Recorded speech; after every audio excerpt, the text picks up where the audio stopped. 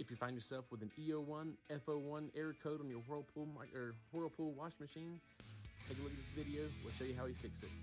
Get your washer drained.